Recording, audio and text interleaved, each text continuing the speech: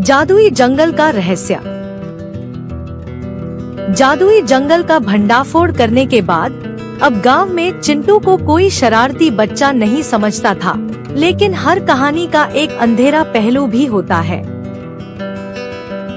जिस जादूगर को चिंटू ने बेनकाब किया था, वह हार मानने वालों में से नहीं था और अब वह बदले की आग में जल रहा था।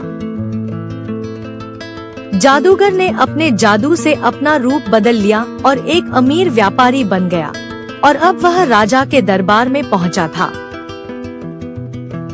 चिंटू के पिता को नौकरी पर रख लिया गया था, लेकिन यह खुशी ज्यादा देर टिक नहीं पाई, क्योंकि कुछ दिनों बाद अचानक खबर फैली, व्यापारी के यहाँ चोरी हो गई है।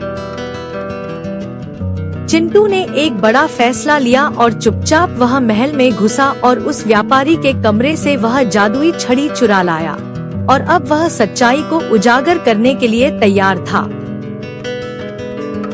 चिंटू ने जादूगर की सच्चाई को उजागर किया और राजा को समझाया कि असली ताकत जादू में नहीं, सच्चाई और हिम्मत में होती है और सीयूआई में सच्चाई की जीत हुई।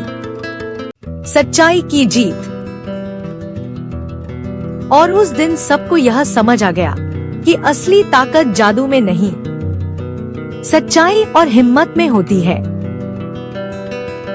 लेकिन कहानी यहीं खत्म नहीं होती।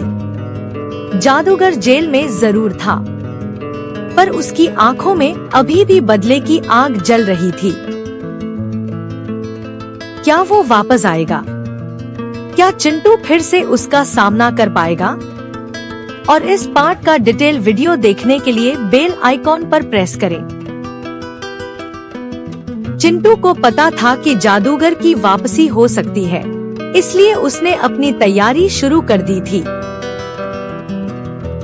जादूगर की वापसी की खबर सुनकर चिंटू के दोस्त भी उसके साथ खड़े हो गए और उन्होंने मिलकर जादूगर का सामना करने का फैसला किया।